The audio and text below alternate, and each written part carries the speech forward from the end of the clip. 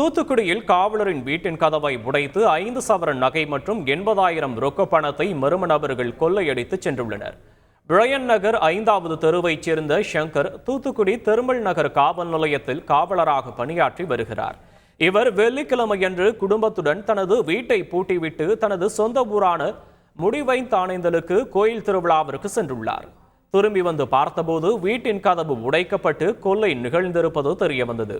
இது குறித்த புகாரை தொடர்ந்து தென்பாக்கம் போலீசார் விசாரணை மேற்கொண்டு வருகின்றனர். மயிலாடுதுறை காவிரி துலா கூட்டத்தில் தென்கரையில் உள்ள காவிரி கரையோர பகுதி போதிய பராமரிப்பின்றி வலுவிழந்து காணப்படுகிறது. கடந்த சில நாட்களாக பெய்த மழையால் தென்கரையில் உள்ள படித்துறையின் பக்கவாட்டு சுவர் ஒரு பகுதி இடிந்து விழுந்தது. இதனால் இருசக்கர வாகனங்கள், ஆட்டோ சென்று வரும் சாலையின் அடிப்பகுதியில் மண் சரிவு ஏற்பட்டு சாலையில் விரிசல் ஏற்பட்டது.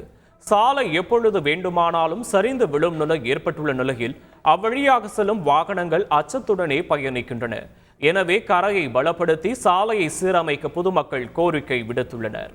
வேதாரண்யம் அருகே மதுபோதையில் ஏற்பட்ட தகராறில் மீனவர் கத்தியால் குத்தி கொலை செய்யப்பட்டார். நாகை மாவட்டம் வேதாரண்யம் தாலுகா வானவன் மகாதேவியைச் சேர்ந்தவர் சக்திகுமார். மீனவரான இருவரும் அவரது மைத்துனர் சிவகுமார் என்பவரும் நேற்று இரவு கடற்கரை பகுதியில் அமர்ந்து மது அருந்தியுள்ளனர்.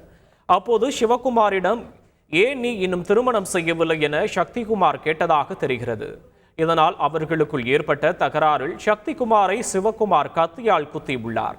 இதில் சம்பவ இடத்திலேயே சக்திகுமார் பலியானார். இது தொடர்பாக சிவகுமாரை போலீசார் கைது செய்து விசாரணை நடத்தி வருகின்றனர்.